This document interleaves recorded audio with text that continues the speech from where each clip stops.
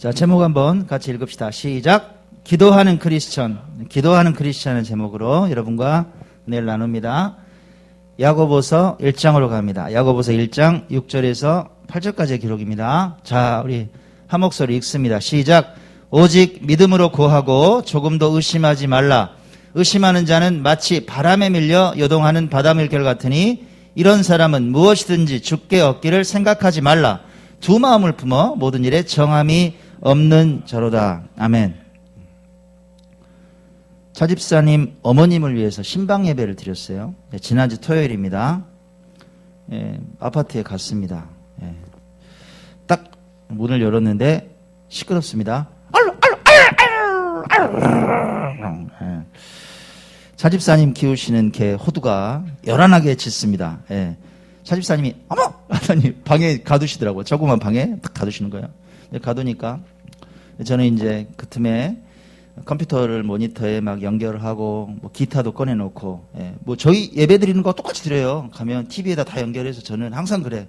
다 준비해서 이제 이렇게 하는 거예요. 그때에도 여전히 작은 방에 갇혔지만 우리 호두는 대단합니다.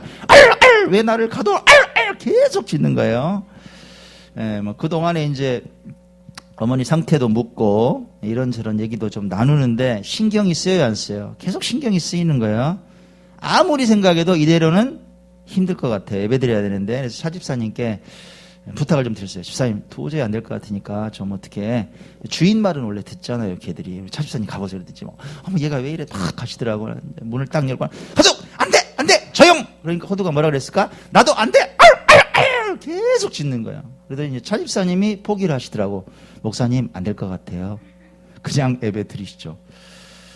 마음이 이제 찹찹한 거예요. 왜 그러냐면 이게 그냥 무슨 이사 예배하고 뭐 이런 게 아니잖아요. 암이 오신 상태잖아. 어머님이 불안에 떠시는 상태란 말이야. 처음 예배 드리시는 거예요. 어머님은 예수를 안 믿어요. 그럼 믿게 해야 되잖아. 그날 계획을 하고 갔거든. 영접하게 하려고. 그죠? 믿음이 있어야 하나님께서 역사하시지. 근데 이제 분위기가 걔 때문에 안 되겠는 거예요. 도저히 안 되겠어. 이제 예배는 드려야 되고 계속 기다릴 수는 없고 그래서 조용히 눈을 감았습니다. 주님 좀 난감합니다. 저런 미물 때문에 지금 예배가 좀 방해를 받습니다. 주님 입을 좀 막아주세요. 저는 방법이 없으니까 예배에 좀 집중할 수 있도록 주님 좀 도와주세요 하고 기도를 했어요. 기도를 마치고 또 우리 함께 간절히 찬양했습니다. 그리고 이제 말씀을 나눴어요.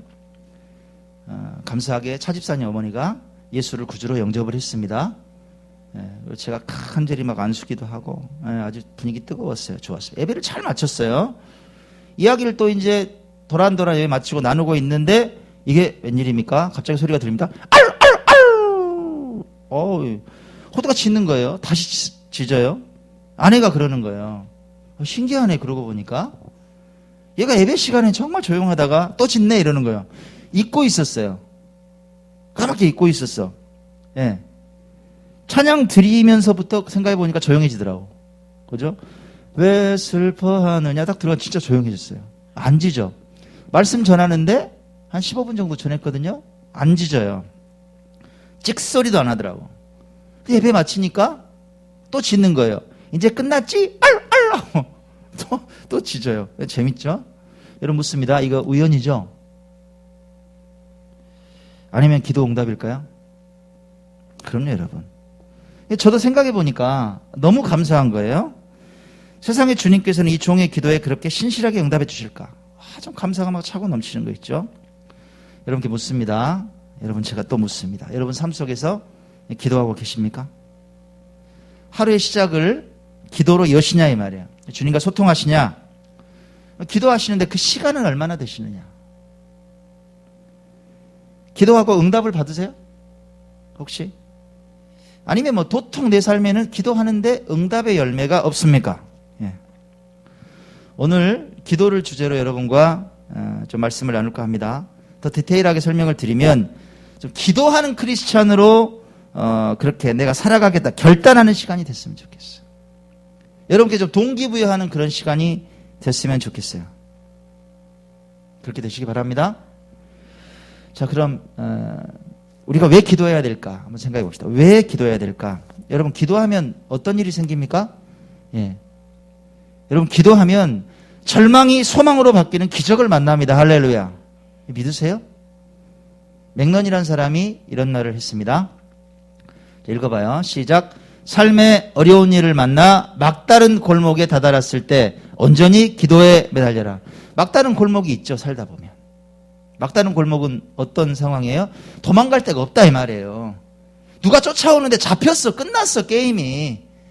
나는 방법이 없다는 말이에요. 그런 상황이 있다, 인생 가운데. 그때 다른 거 하지 말고 기도하라 이 말. 기도하라. 이런 맥널의 말에 가장 어울리는 인물이 있습니다. 누굴까요? 히스기야가 떠올랐어요. 열왕기하 20장 1절에 보면 히스기야의 상태를 이렇게 기록을 합니다. 자, 읽어봐요. 시작. 그때에 히스기야가 병들어 죽게 되매 아모스의 아들 선지자 이사야가 그에게 나와서 그에게 이르되 여호와의 말씀이 너는 집을 정리하라. 내가 죽고 살지 못하리라 하셨나이다. 네. 죽을 병에 걸렸어요. 게임 끝났지. 그죠? 게임 끝났어요. 자, 그때에 그래서 그때 이때가 언제일까요, 여러분? 이때가 18장 19장에 보면 그때에 대한 역사적인 사건들이 기록되어 있습니다. 아수르 사내립이 침공해 왔어. 온갖 모욕을 합니다. 그리고 유다와 전쟁을 선포합니다. 바로 그때예요. 하지만 극적인 하나님의 보호를 만나죠. 아수르 18만 5천이 한순간에 하루아침에 다 죽어. 하나님께서 정리해버리세요, 그냥. 창 안 들어도 게임이 끝나버려. 나라가 구원을 받습니다. 하지만 그때에 그 어려운 시기를 겪으면서 히스기야의 몸도 같이 갔단 말이에요. 그죠? 중병이 그때 들었다고. 중병이 그때 들었어요. 우리도 마찬가지예요. 삶 중에서 여러 가지 힘겨운 일을 겪게 되면 몸이 쇠약해지죠. 그리고 병이 찾아오는 경우가 대부분이다. 정신적인 스트레스가 육체를 친다 이 말이에요. 저도 예전에 2018년에 스트레스 받으니까 천안에서 허리가 그때 나간 거예요. 터지더라고, 디스크가. 무섭더라고요, 정신적인 게. 히스기야의 그 고통 중에 이사야가 그때 찾아와요. 그렇게 좋아하던 선지자가 왔어요. 좋은 소식을 갖고 왔을 거라고 생각했겠죠. 기뻤을 거야. 근데 치유의 소식이 아니라 이 말이에요. 무슨 소식이에요? 이사야가 그에게 나와서 그에게 이르되 뭐라 그러느냐? 여호와의 말씀이 너는 집을 정리하라. 네가 죽고 살지 못하리라. 하나님 그렇게 말씀하셨다는 거예요. 집을 정리하라 무슨 말입니까? 네 인생 다 찼다고. 끝났다고. 왕권 정리하라고. 후계자 세워라 그 말이에요. 여러분 얼마나 슬픔이 밀려갔겠어요? 여러분 한번 생각해 보세요. 여러분이 좀 배가 좀 아파? 병원에 갔어. 의사가 갑자기 그러는 거예요. 죄송해요. 현대의학으로는 치유할 방법이 없어요. 3개월 남았습니다. 이런 얘기를 들었다. 그럼 마음이 어떻게? 그 상황이에요. 인생을 그냥 정리해야 된다고. 시간이 없어. 시한부 통보를 받았다. 바로 그 암울한 순간에 히스기야의 행동을 보자 이 말이에요. 의사는 게임 끝났다 그러는데 하나님은 게임 끝났다 그러는데 자 열왕기하 20장 2절과 3절입니다. 읽어봐요. 시작. 히스기야가 낯을 벽으로 향하고 여호와께 기도하여 이르되 여호와여 구하오니 내가 진실과 전심으로 주 앞에 행하며 주께서 보시기에 선하게 행한 것을 기억하옵소서 하고 히스기야가 심히 통곡하더라. 얼굴을 벽으로 향해 벽으로. 다른 데 안 본단 말이에요. 다른 데 안 쳐다본다고. 벽만 봐. 내가 하나님만 바라보겠습니다. 세상의 방법 보지 않습니다. 결혼한 의지예요. 오직 나를 치유할 분은 하나님 한 분뿐이시다. 절절한 마음이에요. 그리고 대성통곡을 하는 거예요. 주체할 수 없는 눈물이 흘러. 하나님 아시잖아요. 내가 하나님 위해서 선하게 행했던 그 일을 아시잖아요. 내가 백성들을 살리고 내가 우상을 깨뜨리고 내가 하나님 한 분만 바라봤던 그 선한 일을 좀 기억해 주세요. 좀 기억해 달라. 나를 좀 불쌍히 여겨달라. 그렇게 기도합니다. 하나님께서 응답하십니다. 내가 네 기도를 들었다. 네 눈물을 내가 봤다. 내가 너를 낫게 하리라. 할렐루야. 우리에게 필요한 게 히스기야 이런 기도의 태도란 말이에요. 살다 보면 문제가 있어요. 내가 넘어가지 못할 것 같은 문제를 만난단 말이에요. 그러면 사람들은 어떤 선택을 합니까? 대다수가요, 그저 그렇게 살다가 가요, 그냥. 문제 속에서 깨져요, 그냥. 그 문제에 치여서 인생이 그냥 가루가 되더라고. 보통 그래. 여러분 묻습니다. 여러분 앞에 놓인 문제가 너무 커요? 엄청나요? 해결책이 안 보여요? 마치 사망 선고를 받은 것처럼, 히스기야처럼 눈물이 앞을 가리냐 이 말이에요. 그때 어디를 봐라? 여러분 벽을 바라보라 그 말이에요. 세상의 방법을 좀 끊어라 제발. 사람 좀 그만 쫓아다녀라. 기도하라.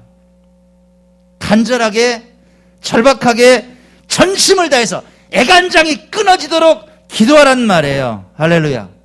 기도하세요. 기도하라.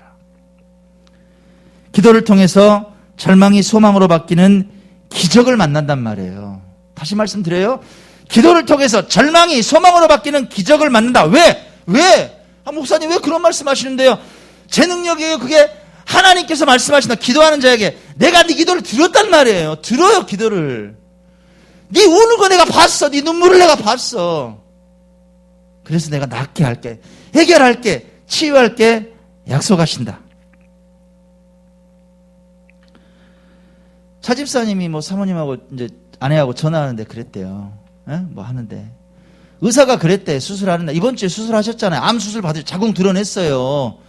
피가 엄청 나올 거니까, 피가 많이 흐를 거야. 하혈이 엄청 심할 거니까 단단하게 준비하라고 다 용품을 사서 준비를 했다는 거야. 피가 나 안 나? 안 난다고 여러분. 안 나요. 의사가 물어봤대 몇 번이나. 진짜 안 나냐고. 자기는 임상을 했을까? 수많은 사람들 수술하는 사람이잖아요. 당연히 피가 많이 흐르고 많이 아프고 막 그래야 돼. 근데 별로 안 아파.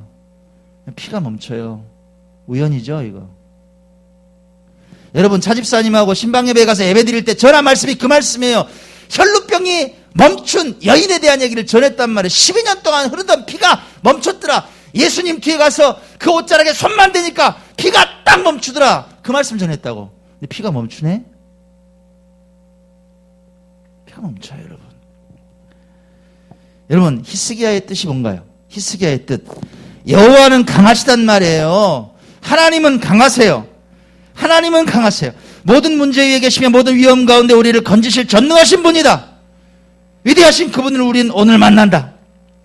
능치 못하실 일 없으신 하나님께서 사랑하는 여러분의 간구에 응답하시며 꿈과 소망을 이루게 되시길 축원합니다. 자, 그럼요.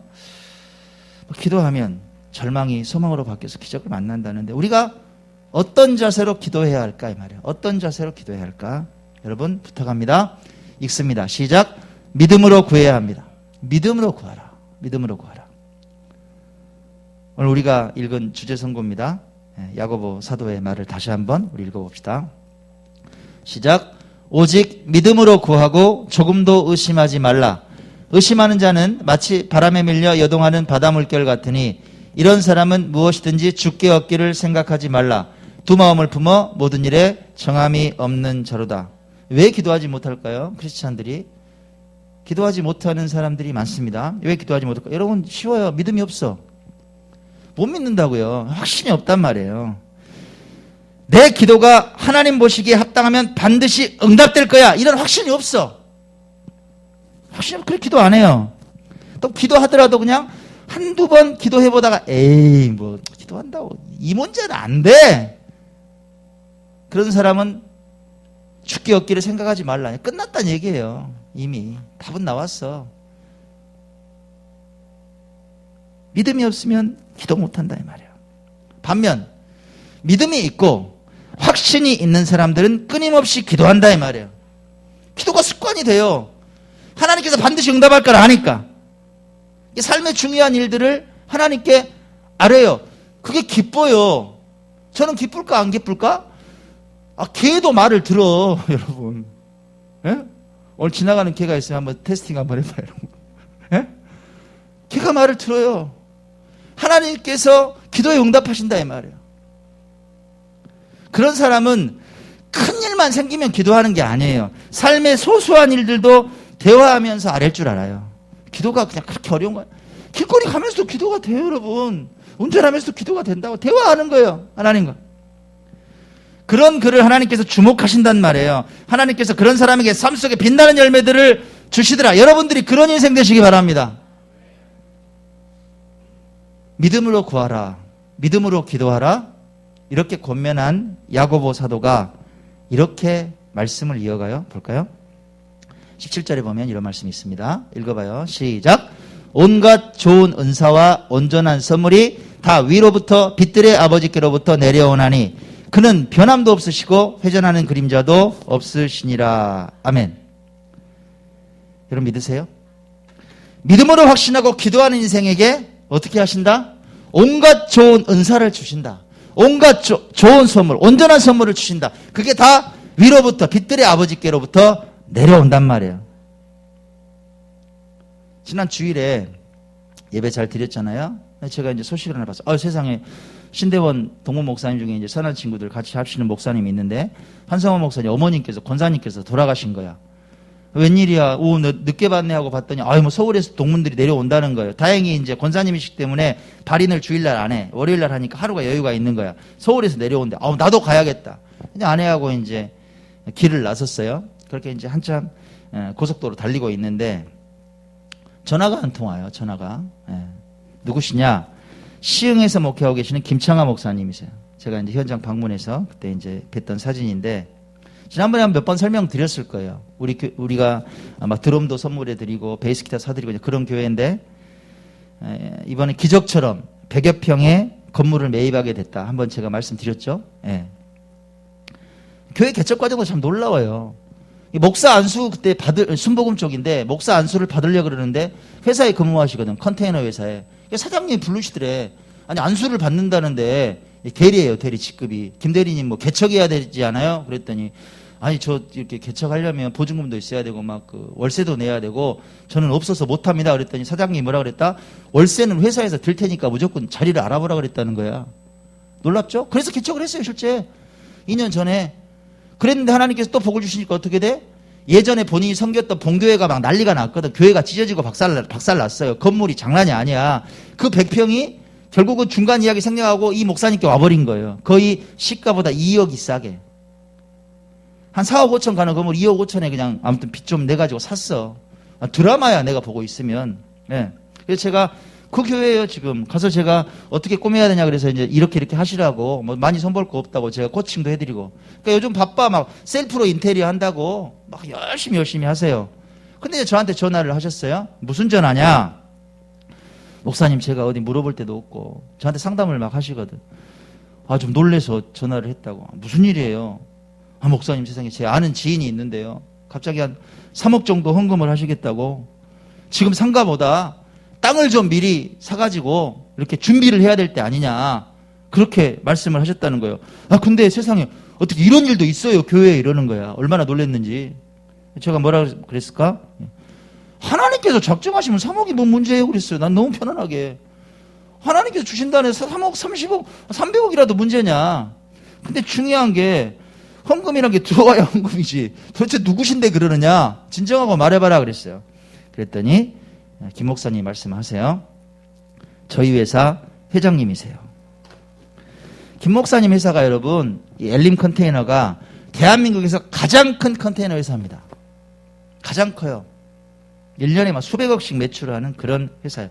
여기 창업주 회장님이 김 목사님께 김 대리에게 연락을 해가 직접 교회까지 왔대요. 땅을 차라리 사라. 내가 좀 자금이 있는데 한 3억 줄 테니까. 이렇게 얘기를 했다는 거예요. 그 창업주가 그 회사에 근무하고 있는 김 목사님을 유심히 보신 거죠. 그죠? 허투루 했겠어요? 지금 한 7년 근무했는데. 믿음직한 거야. 그래서 이런 제안을 했다는 거예요. 참 멋진 사업가 아닙니까, 여러분? 하나님 나라를 위해서 물질을 제대로 쓸 줄 아는 분이죠. 이런 회사가 안 돌아가겠냐고. 코로나19라고 다 망하는데 여기는 된다, 안 된다? 여러분, 선별 진료소를 뭘로 만들어? 컨테이너로 만들어요. 전국에 물건을 댈 수가 없어. 컨테이너가 너무 많이 나가가지고. 철값이 그렇게 올랐는데 컨테이너를 막 전국에 그냥 물건을 치고 있는 거예요. 이번에 코로나19 때문에 사업이 확장해버렸어요. 그 창업주가 또 그 감사의 마음이 있었을 거 아니에요. 그러니까 또 선하게 하나님의 나라를 위해서 이렇게 헌신하시더라고. 우리나라 넘버원이에요. 엘린 컨테이너. 그래서 교회 이름이 여러분 엘린교회예요. 우리 김창호 목사님 교회가. 자, 야고보 사도의 말씀처럼 이 큰 헌금이 누구의 선물이에요? 아까 우리 읽었잖아. 빛들의 아버지께서 주시는 온전한 선물이란 말이에요.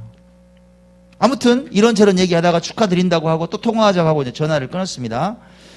근데 이제 설교 이번 주에 이제 준비를 하면서 기도에 대해서 묵상했을 거 아니에요? 이렇게 저렇게만 묵상하고 있는데 문득 제 페이스북 친구니까 이 김 목사님 페이스북 포스팅 하나가 생각이 나는 거예요. 몇 년 전에 올려놓으셨던 포스팅 하나가 생각이 나요. 이 놀라운 교회의 변화와 선물 같은 일들이 일어나는데 이유가 있구나 제가 깨달았어요. 이런 포스팅이에요. 한 2년 전에 포스팅이에요. 교회가 너무 춥다고 사모가 완전 무장하고 이불을 뒤집어 쓰고 기도하고 있다. 사모님이죠. 경건한 모습은 아닐 수 있으나 진심은 주님이 아실 것이다. 12월 초에 여러분. 12월 초에 뒤에 난방기가 있네. 여기 틀었어 안 틀었어요? 안 틀었어요. 그 마음 아시겠어요? 이런 교회 형편이라고요. 지금 있는 교회 옮기기 전에 그 교회요. 막 개척한 교회. 이불을 뒤집어 쓰고 기도해요.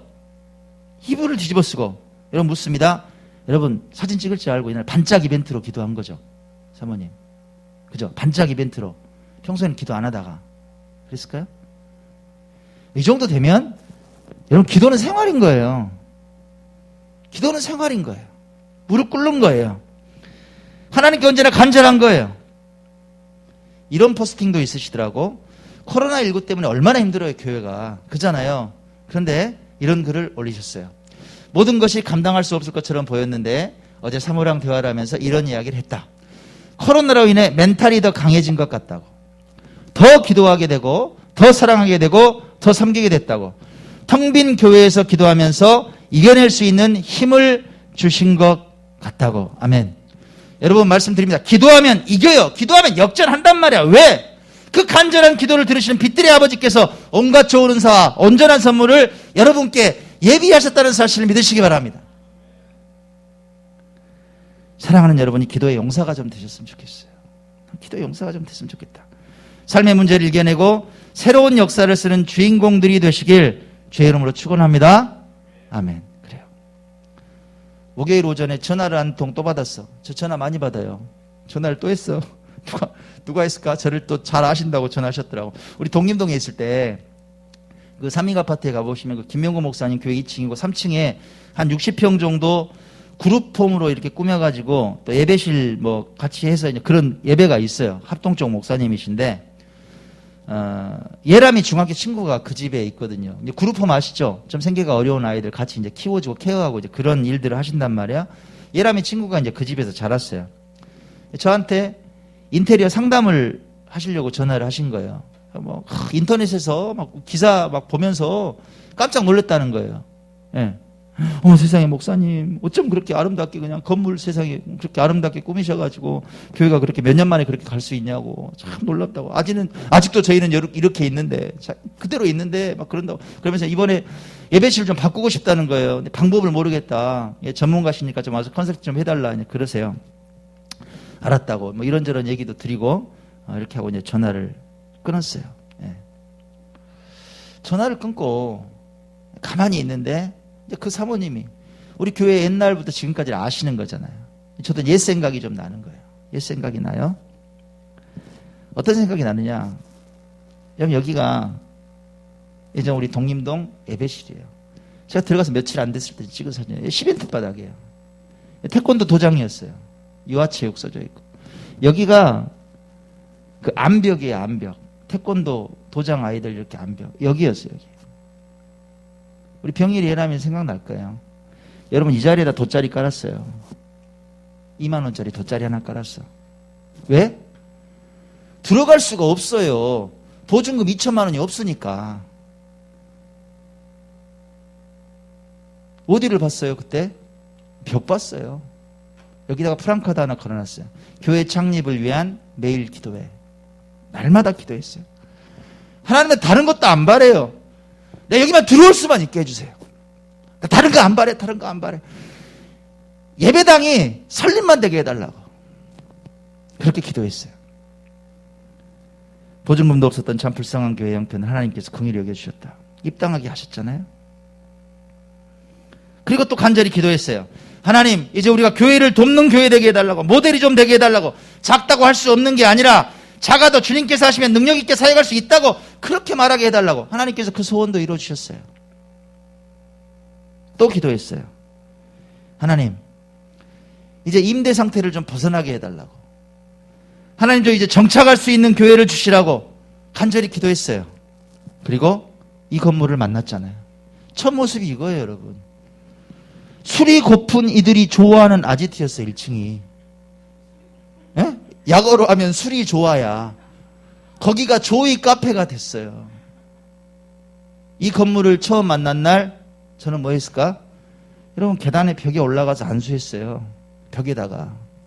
옆에 말씀드렸잖아. 달마대사가 저를 보고 있었다고. 내가 한마디 했다잖아. 너는 죽었어 이제. 기도했어요. 하나님, 이 건물 좀 주세요. 말도 안 되는 얘기 같지만 교회 되게 좀 해주세요.